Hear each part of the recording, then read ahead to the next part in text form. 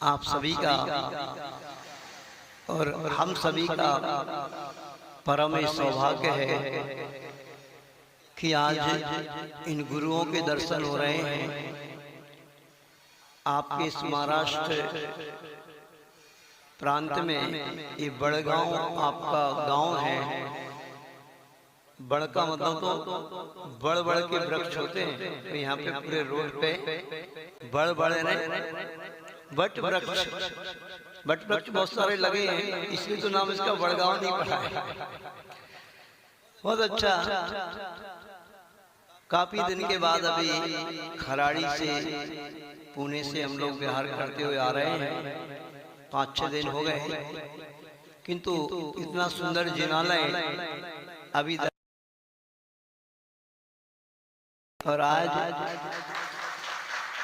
इस बड़ गांव में बहुत बड़े अच्छे कार्य चिंतामणि पार्श्वनाथ भगवान के दर्शन हुए। मन हर्षित हुआ, गदगद हुआ और जैसे ही वास्तव में पूज्य उसके साथ और अभी पुणे वाले भी सभी ये बोल रहे थे कि महाराज यहाँ की आओ हवा, यहाँ का वातावरण गांव का कुछ अलग ही है। इसलिए तो आचार्यों ने भी कहा है कि अंत में धर्म इस पंचम काल के इस दक्षिण प्रांत में रहना है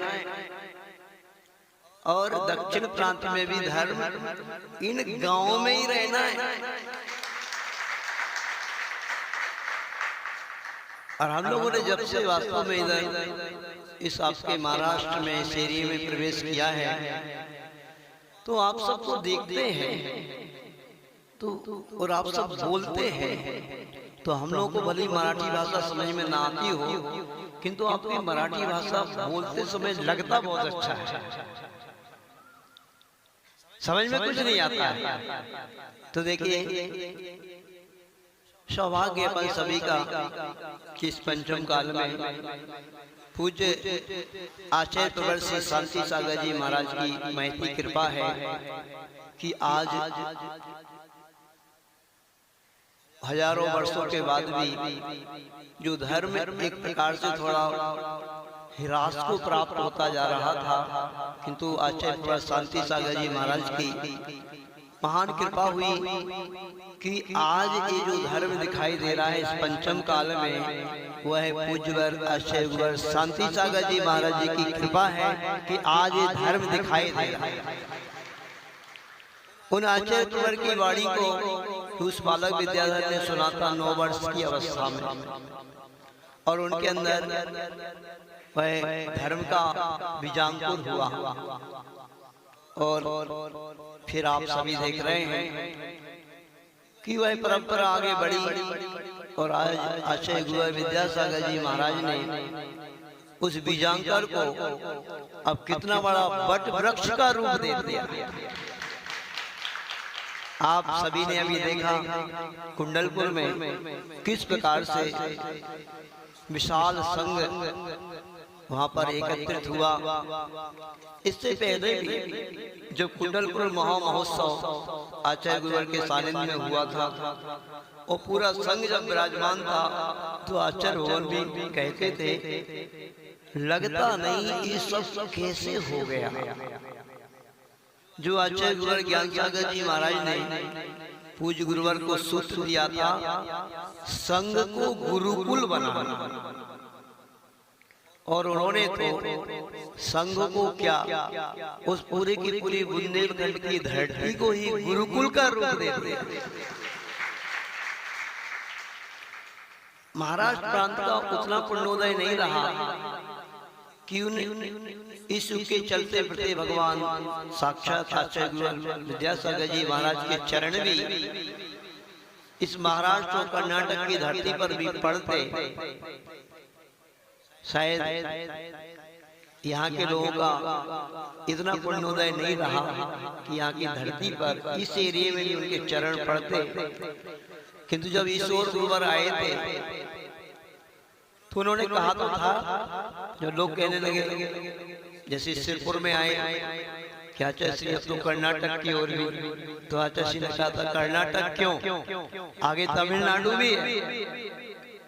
तो ऐसे शब्द उन्होंने जब बोले थे तो लगता तो ऐसा था कि वास्तव में एक बार पुनः यदि आचार्य श्री इस ओर आते तो इस ओर भी उनके कदम बढ़ते, क्योंकि सही बता रहा हूँ आपको, जैसे आचार्य श्री बुंदेलखंड की धरती से महाराष्ट्र प्रांत में आए, सिरपुर में उनका चातुर्मास हुआ, और हम लोग जब सिरपुर की ओर आए और आचार्य भवन को देखा तो आचार्य श्री की जो स्वस्थता थी, जो शारीरिक, वो अद्भुत थी।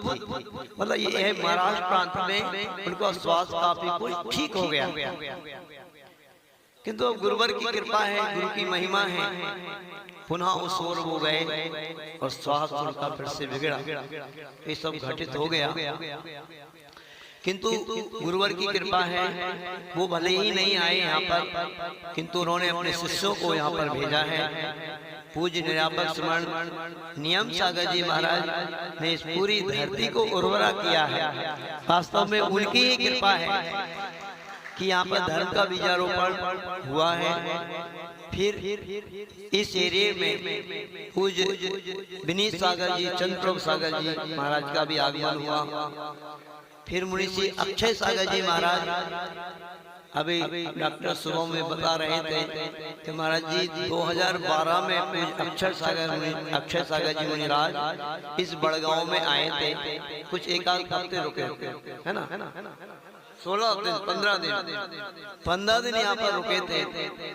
और उसके बाद अब 2012 के बाद 2024 में ऐसा संयोग आपको प्राप्त हुआ।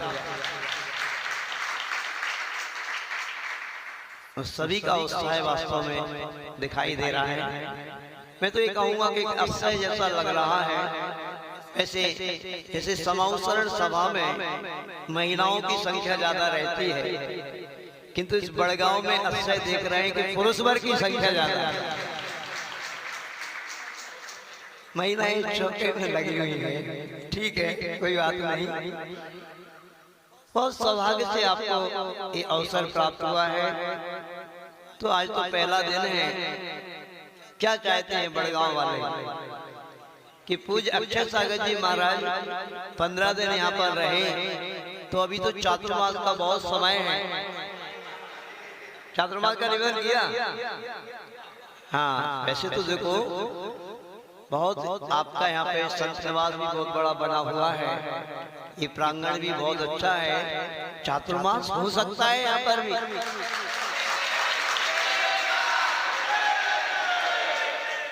है ना, ऐसी कोई बात नहीं है। और देखिए इस बड़गांव में, इस बड़गांव जिनालय की और भी बहुत सारी बातों को लोगों ने बताया। बहुत बड़ा वैभवशाली जिनालय आपका है। बुंदेलखंड के बाद हमने पहली बार सुना है कि किसी जिनालय की 110 एकड़ जमीन, तो बहुत अच्छा वैभव आपके मंदिर का जिनालय का है। उस हिसाब से अपने इस जिनालय के वैभव को आप और बढ़ाते जाएं। और सही बात बताइए कि आप लोग जो बैठे हुए हैं यहाँ पर, इनमें से कितने लोग मंदिर नहीं आते हो? आते हो ना सब लोग? ऐसा तो नहीं कोई सौभाग्यशाली ना आता हो, आते हैं ना, दर्शन करने तो आते होंगे सभी लोग। इतना सुंदर जिनालय बना हुआ है, किंतु ये बताइए अभिषेक करने कितने आते हैं? देखो ये सारी जनता बड़गांव की कि और कहीं की है? बड़गांव के कितने लोग हैं? अच्छा, बड़गांव के कम ही लोग हैं।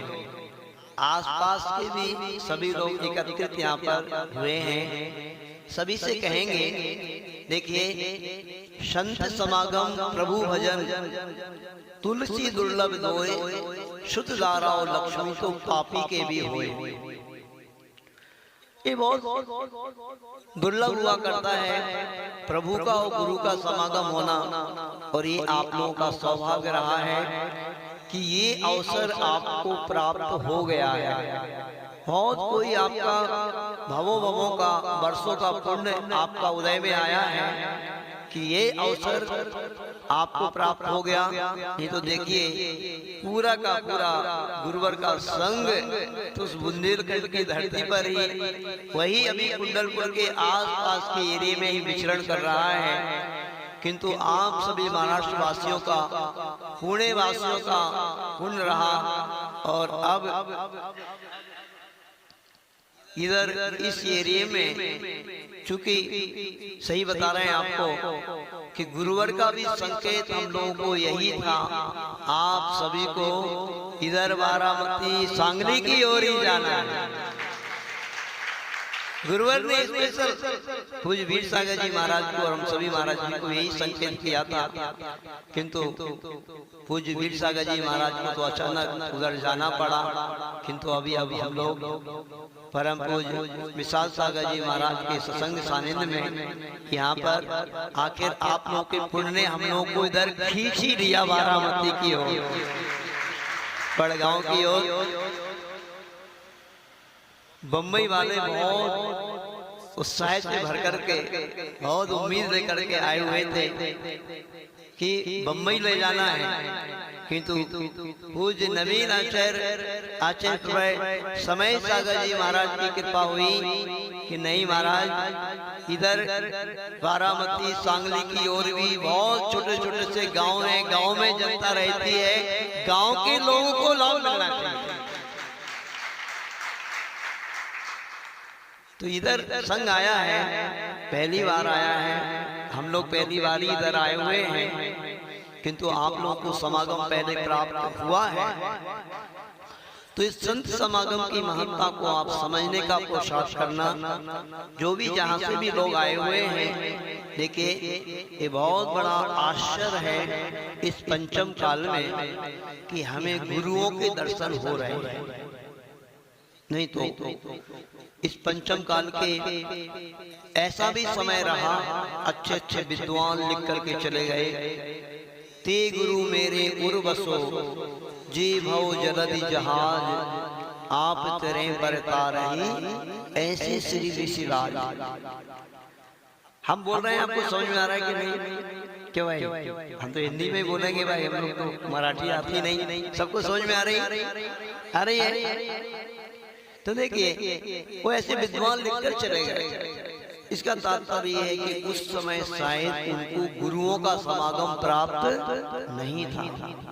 किंतु आज अपन सबका सौभाग्य है कि साक्षात वह भगवान महावीर स्वामी और 24 तीर्थंकर भगवान का स्वरूप क्या था, उन्होंने धर्म की महिमा को क्या बताया है, उसको बताने वाले ये साक्षात उन्हीं की प्रति रूप, उन्हीं की आकृति रूप, उसी दिगंबर मुद्रा को धारण किए ये मुनिराज आपके सामने विराजमान है। ये बहुत बड़ा इस पंचम काल का आश्चर्य है, एक अतिशय है। तो सभी लोगों से कहेंगे इस समागम आपको प्राप्त हुआ है, अभी समय अधिक नहीं है, और आप लोग यदि लाभ लेना चाहते हैं तो इसी तरह से अच्छे उत्साह पूर्वक आप लोग अपना उत्साह दिखाएं। सभी लोग जितना भी आपका पुण्य होगा, जितना आपका उत्साह होगा, उमंग होगी और आपका इंटरेस्ट होगा, तो उसके अनुसार बड़गांव वालों को मैं महाराज जी से प्रार्थना करूंगा, समय मिल सकता है क्योंकि अभी समय है, अभी कोई बहुत जल्दी नहीं है। और ये भी मैं आपको बता देता हूँ, हम लोगों का अभी कुछ तय भी नहीं है कि चातुर्मास कहाँ होना है, अभी पूरी खुली किताब है। इसलिए सभी से कहना चाहते हैं, सभी लोग अपना उत्साह दिखाएं, उमंग दिखाएं। और हम लोगों को आचार्य श्री का यही आदेश आया है, संकेत आया है, जहाँ के श्रावकों की भक्ति दिखे वहाँ चातुर्मास कर लें।